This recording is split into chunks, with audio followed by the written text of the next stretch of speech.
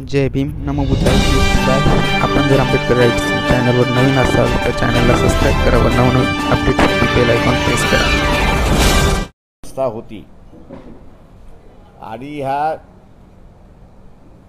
चातुर्ण्य व्यवस्थेच्या याच्या खाली काही कामं ही सवर्णांकडे होती आणि काही कामं असणारा शूद्र आणि अतिशूद्र अशांकडे होती. तीच व्यवस्था शासनाने महाराष्ट्र शासनाने पुन्हा सुरुवात केली आहे अशी असणारी परिस्थिती आहे.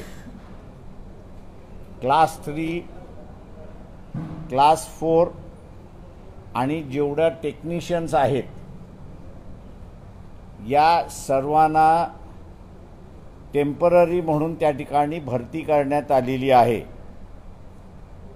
3-3, 4-4 वर्ष त्यांना ठेवल्या जातं आणि पुन्हा डिसमिस केल्या जातं अशी असणारी परिस्थिती आहे. पण क्लास 2 क्लास 1 सुपर क्लास 1 याच्यामध्ये कुठेही कंत्राटी पद्धत नाही.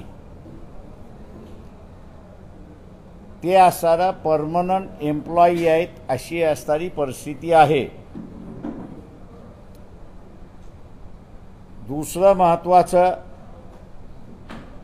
की जो परमनंट एम्प्लॉई आहे त्याच्यावरती शासन सध्याच्या ह्याच्यामध्ये 28% खर्च करते. या 28%पैकी 20% हे क्लास 2 क्लास 1 सुपर क्लास 1 यांच्यावरती खर्च केला जातोय अशी परिस्थिती आहे. उरलेला जो आहे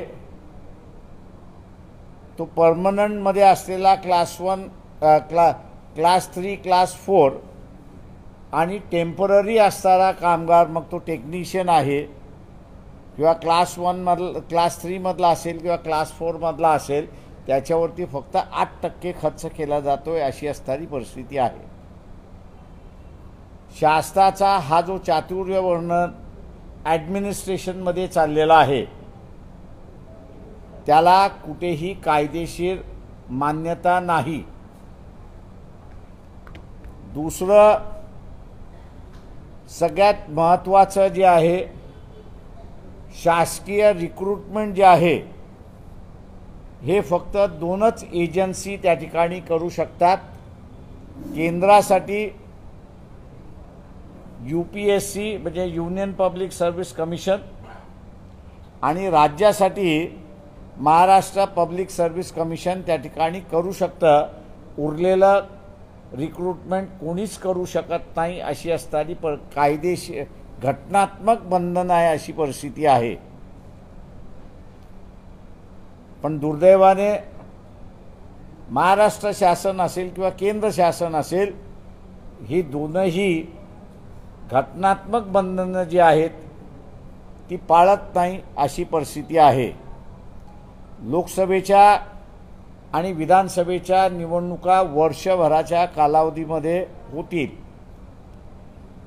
हा सर्व टेम्पररी कामगार जो आहे टेम्पररी कर्मचारी जो आहे या सर्व टेम्पररी कर्मचाऱ्यांना वंचित बहुजन आघाडीच्या वतीने आम्ही आवाहन करतोय की त्यांनी येत्या लोकसभा आणि विधानसभामध्ये वंचित बहुजन आघाडीच्या पाठीमागे उभे राहायला सत्ता आपण मिळवून दिली तर हे चातुर्य वर्णन जे ॲडमिनिस्ट्रेशनमध्ये आलेलं आहे ते आम्ही मोडीत काढू, चालू देणार नाही आणि जो टेम्पररी आहे त्याला परमनंट आदेश सत्तेमध्ये आलो तर आम्ही काढल्याशिवाय राहणार नाही. कारण का चातुर्य वर्णाच्या विरोधात वंचित बहुजन आघाडी आहे आणि म्हणून हा जो टेम्पररी कर्मचारी आहे त्यांनी ही गोष्ट लक्षात घ्यावी की वंचित बहुजन आघाडी सत्तेमध्ये आली तर त्यांचं परमनन्सी त्या ठिकाणी होते आणि टांगती तलवार जी आहे ही कायमची आम्ही मिटवतो हे त्यांना आश्वासन आम्ही देतोय। आणि म्हणून लोकसभा आणि विधानसभेमध्ये हा टेम्पररी कर्मचारी आमच्याबरोबर उभा राहील अशी असणारी परिस्थिती आहे। ज्या काही 9 कंपन्यांना कॉन्ट्रॅक्ट देण्यात आलेला आहे त्याच्यातला एक नमुना म्हणून मी आपल्याला असणारा मानतो। ग्रामसेवकाच्या पोस्ट आता ॲडव्हर्टाइजमेंट झाल्या, भरण्याच्या पोस्ट आहेत 4664, पोस्ट भरायच्या आहेत 6664, अर्ज एकंदरीत आलेची संख्या आपण असताना बघितली तर ती 11,50,000 अर्ज आलेत अशी परिस्थिती आहे। TCIने हे आकडे चुकीचे असतील तर त्यांनी ते सांगावेत। आरक्षण आणि बिगर आरक्षण अशा प्रत्येक उमेदवाराकडून त्यांनी 1,000 रुपये गोळा केलेले आहेत। त्या ॲडव्हर्टाइजमेंटमध्ये कुठेही असं म्हटलेलं नाही की तुमचा अर्ज रिजेक्ट झाला तर 1,000 रुपये परत मिळतील, असं कुठेही तरतूद नाही। या एका रिक्रुटमेंटच्या पाठीमागे ही TCI नावाची असणारी जी कंपनी आहे या कंपनीला 120 कोटीचा नफा झाला हा आपण लक्षात घ्या। 11,50,000 जे ॲप्लिकेशन आले त्या ॲप्लिकेशनच्या पाठीमागे 1,000 रुपये गोळा करण्यात आले। 120 कोटी त्या ठिकाणी जमा होतात आणि या कंपनीच्या खिशामध्ये शासनाने मुद्दामून घालवलंय अशी असणारी परिस्थिती आहे। ज्यावेळेस महाराष्ट्र पब्लिक सर्व्हिस कमिशन अस्तित्वात आहेत, चेअरमन नेमलेला आहे, त्याचा स्टाफही नेमलेला आहे, त्याच्यामार्फत रिक्रुटमेंट न करता या एजन्सीमार्फत रिक्रुटमेंट केला जात आहे। त्यावेळेस एकनाथ शिंदे महाराष्ट्राचे मुख्यमंत्री कर्तव्यदक्ष असं म्हटलं जातं आणि दादागिरी करणारे अजित पवार उपमुख्यमंत्री आणि सगळं कंट्रोलिंग करणारे असं ज्यांना म्हटलं जातं देवेंद्र फडणवीस यांनी खुलासा करावा की ह्या TCI कंपनीमध्ये डायरेक्टर कोण कोण आहेत, अंडर हँड एग्रीमेंट कोणाचे काही आहेत का, आणि आता रिक्रुटमेंटच्या नावाखाली असे नवीन स्कॅम अधिकृतरित्याने स्कॅम हे आता बघायला मिळतील का याचा असणारा खुलासा त्यांनी त्या ठिकाणी करावा। मी इथल्या असणाऱ्या सर्व टेम्पररी कर्मचारी जो आहे त्याला आव्हान पुन्हा असणारा करतोय की आपण परमनंट होण्यासाठी काँग्रेसचं सत्ता बघितलेली आहे, NCPची सत्ता बघितलेली आहे, सेना BJP यांची सुद्धा सत्ता बघितलेली आहे। या सगळ्यांनी आपल्याकडे असणारा पाठ फिरवलेली आहे। आपला टेम्पररीपणा त्यांनी काही घालवलेला नाही।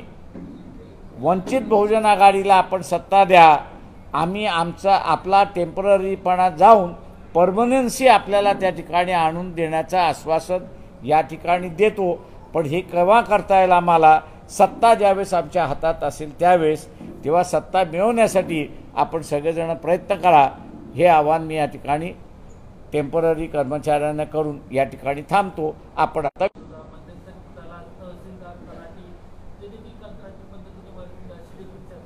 हो, मध्यंतरी एक बातमी अशी आली होती की जजेस सुद्धा टेम्पररी भरल्या जाणार आहेत। आता ती बातमी किती खरी किती मॅजिस्ट्रियल पोस्ट सुद्धा कंत्राटी पद्धतीने भरल्या जाणार असं सांगितलं जातंय।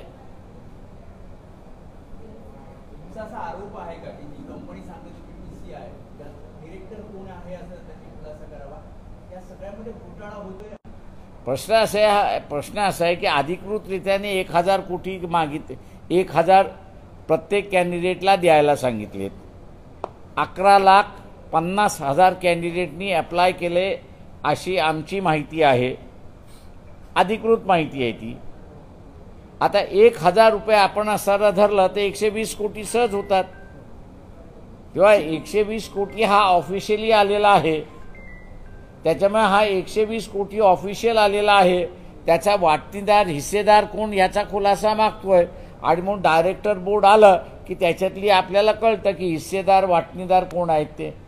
120 कोटीची आकडेवारी बाळासाहेब एकाच कंपनीची आहे की 9 कंपनी? ही एकच कंपनीची आहे. TCI कडे आलेले अर्ज त्याच्यामधलंच मी म्हणतोय. 9 कंपन्यांचं आहे आपल्याकडे? नाही, माझ्याकडे 9 कंपन्यांचा डेटा नाही आहे सध्या.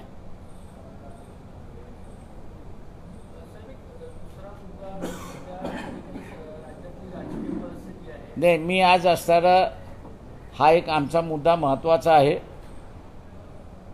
इथे एकंदरीत असताना कॉन्ट्रॅक्टवरती असणारे आमच्या माहितीप्रमाणे 8 लाख कर्मचारी रफली आहेत. त्यांचा हा जीवना मरणाचा असणारा प्रश्न आहे. त्याच्यामुळे असणारा ही प्रेस कॉन्फरन्स मी याच मुद्द्यापुरती मर्यादित आहे. राजकीय परिस्थिती जी आहे ती दर दिवशी बदलत असते. आपण उद्या त्याच्यावरती बोलू. आणखी एकच प्रश्न. हा. असं म्हटलं जातं की इंडिया आघाडीमध्ये सहभागी होण्यासाठीची हालचाली सुरू आहे, म्हणजे तुम्ही सहभागी व्हावा. ते मी आज जसं म्हणालो की आमच्या असणारा आजची प्रेस कॉन्फरन्स जी आहे ही या टेम्पररी कर्मचाऱ्यांना आश्वासन देणं आणि परमनन्सीचा मार्ग हा त्यांचा मोकळा करणं एवढ्याच पुरती मर्यादित आहे. तेव्हा इतर कुठल्याही प्रश्नाला मी उत्तरं देणार नाही. सत्तेचं आव्हान केलं ना बाळा, त्याच्यामुळे राजकीय मार्गावर गेलं ना. सत्ता द्या आमच्या हातामध्ये. पण सत्ता त्या मागतोय ना आम्ही सत्ता आमच्या वंचित बहुजन आघाडीकडे मागतो.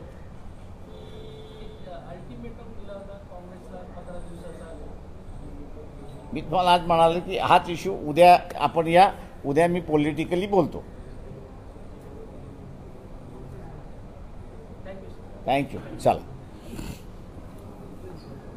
एक प्रेस नोट येते, 1-2 मिनिटात येईल. मी हिंदीमध्ये देतो. तोपर्यंत प्रेस नोट येईपर्यंत मी हिंदीमध्ये देतो. केंद्र सरकार और राज्य सरकार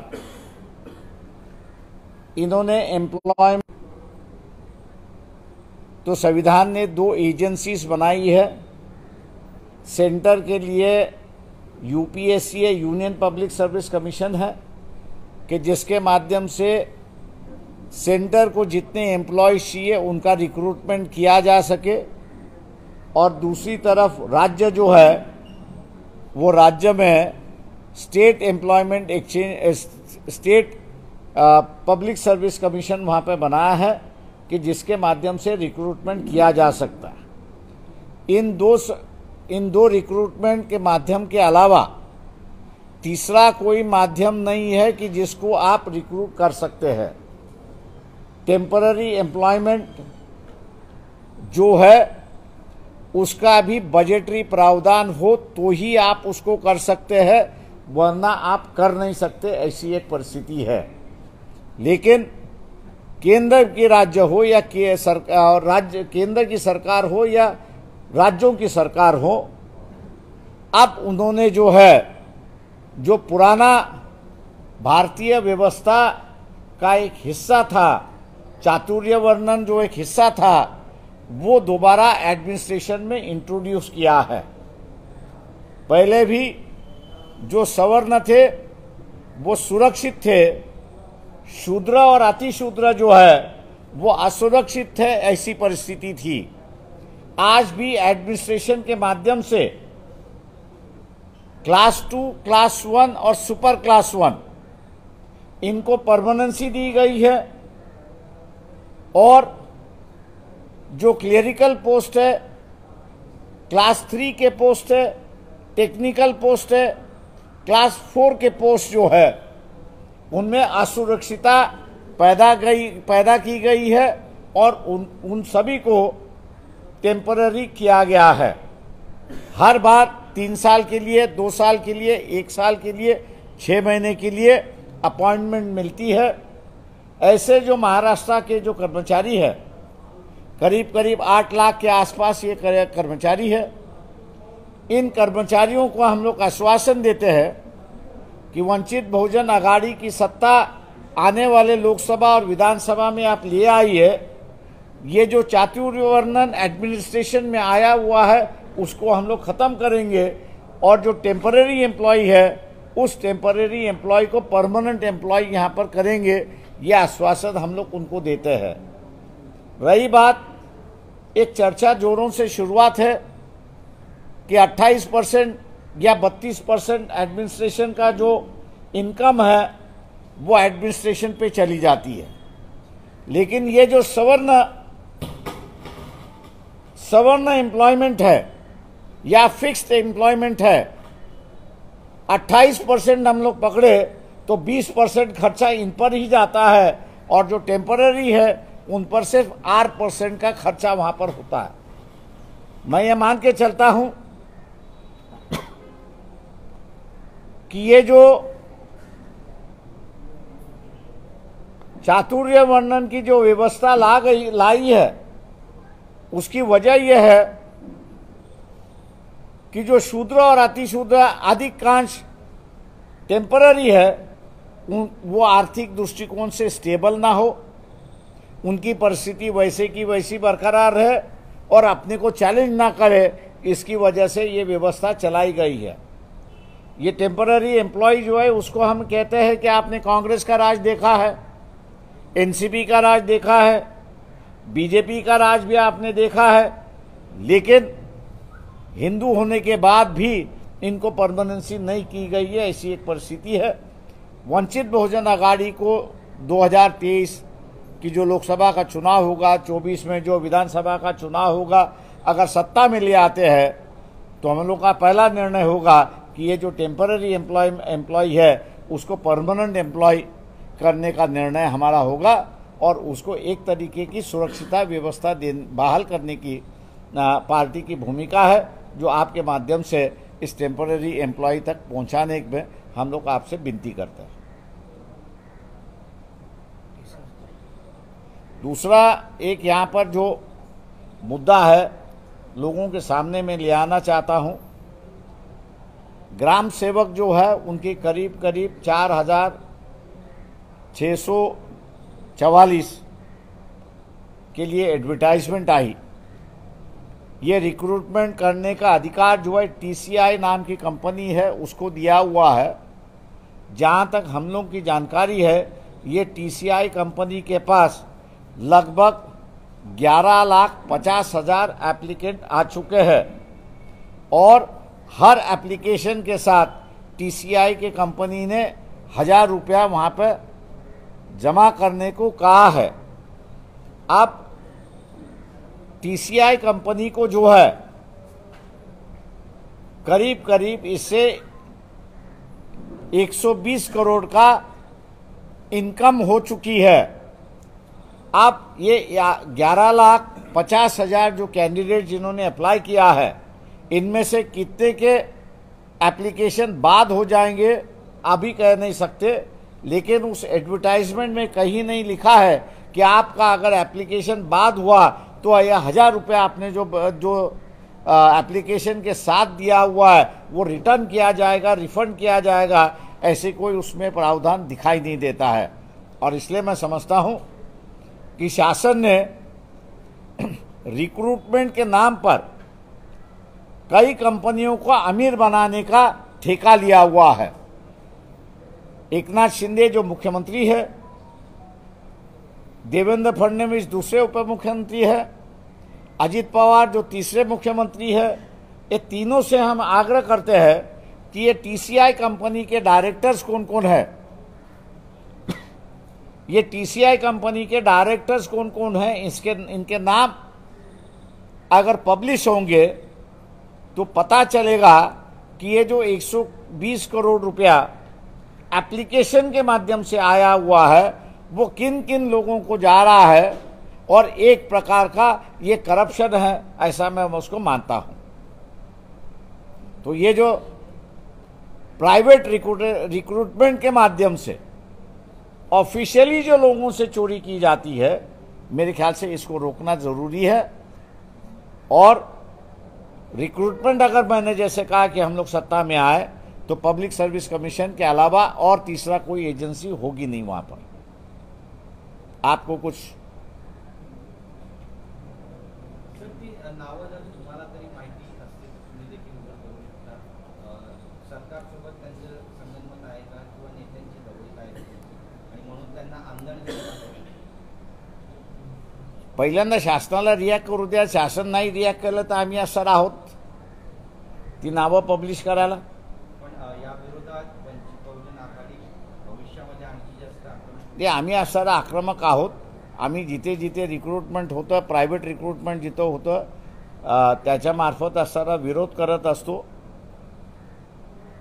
उग्रपणे।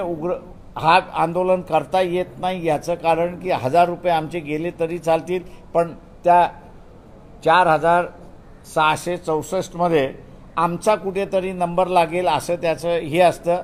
त्याच्यामुळे फार उग्रपणे आंदोलन हे करता येत नाही, कारण का त्याचाही इंटरेस्ट असतो हे आपण लक्षात घेतलं पाहिजे। आणि म्हणून शांततेच्या मार्गाने आम्ही असणारा हे आंदोलन सुरुवात केलेलं आहे। पण त्याला एंड करायचं असेल तर हे पॉलिटिकल पार्टीज करू शकत नाही। वंचित बहुजन आघाडी ते रिक्रूटमेंट UPSC मार्फत किंवा MPSC मार्फतच करेल की जेणेकरून ही जी ऑफिशियल लूट आहे ती ऑफिशियल लूट त्या ठिकाणी थांबू शकते।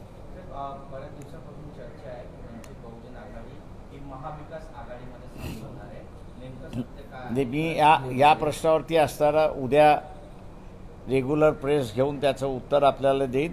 आजची असणारी ही प्रेस फक्त आमच्या दृष्टिकोनातून हा जो 8 लाख टेम्पररी कर्मचारी जो आहे तो महत्त्वाचा आहे आणि ही प्रेस कॉन्फरन्स तेवढ्यापुरतीच मर्यादित आहे। चंद्रशेखर बावनकुळेंनी तुमच्या वक्तव्याचा विरोध केलेला आहे। तुम्ही ज्या पद्धतीने म्हणाला होता की धार्मिक काही लष्कराच्या ताब्यात आहेत, या वक्तव्यावरती त्यांनी म्हटलं की हिंदू संस्कृती कधी याला मान्यता देणार नाही।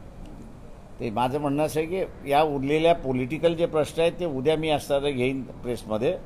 आज फक्त आम्ही असणारा या ज्याला म्हणता येईल आपल्याला की टेम्पररी कर्मचारी जो आहे तो महत्त्वाचा आहे आणि तेवढ्यापुरतंच आम्ही मर्यादित आहोत। थँक्यू।